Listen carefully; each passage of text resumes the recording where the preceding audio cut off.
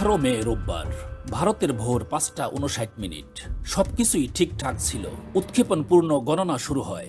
Rocket গর্জে ওঠে আকাশ ছোঁয়। সবাই আশাবাদী ইসরোর 101তম মহাকাশ অভিযান সফল হবে। কিন্তু কয়েক মিনিটের মাথায় ঘটে যায় অদ্ভুত এক ঘটনা। রকেট উড়ছে ঠিকই, কিন্তু হঠাৎ থেমে গেল মিশনের গতি। তৃতীয় ধাপে গিয়ে রকেটের মোটর দেখা দেয় বড়সড় যান্ত্রিক ত্রুটি। আর ঠিক তখনই ইসরোর সিদ্ধান্ত, মিশন বাতিল। রকেটটিকেই মহাকাশে ধ্বংস করে দেওয়া হয়। রকেটটির নাম ছিল PSLV-C61 আর এতে ছিল একটি অত্যাধুনিক কৃত্রিম উপগ্রহ EOC-09।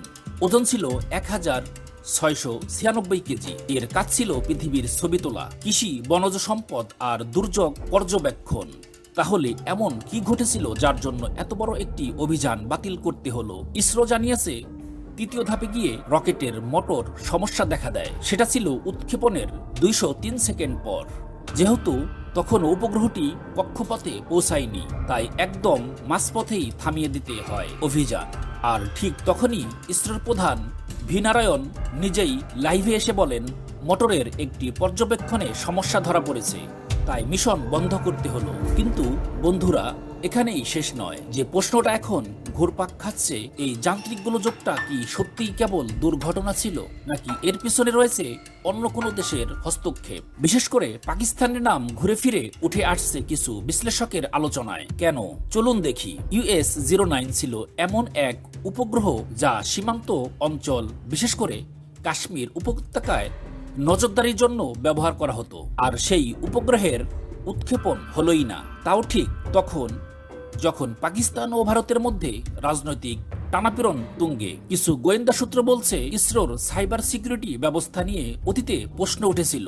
তাহলে কি কেউ হ্যাক করে এই ব্যর্থতা ঘটিয়েছে? এই প্রশ্নের উত্তর এখনো স্পষ্ট নয়। তবে ইসরোর প্রকৌশলীরা বিষয়টি গভীরভাবে খতিয়ে দেখছে। তদন্ত চলছে তৃতীয় ধাপের মোটরটি কেন এমন আচরণ করলো।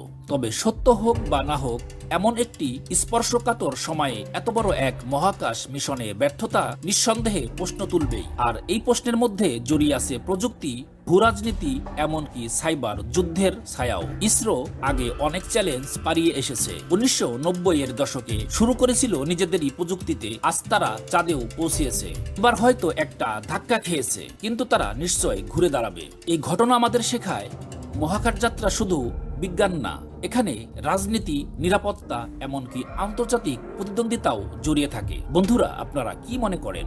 এই ব্যর্থতার পিছনে কি শুধুই প্রযুক্তিগত ত্রুটি, নাকি রয়েছে অন্য কোনো দেশের গোপন প্রভাব?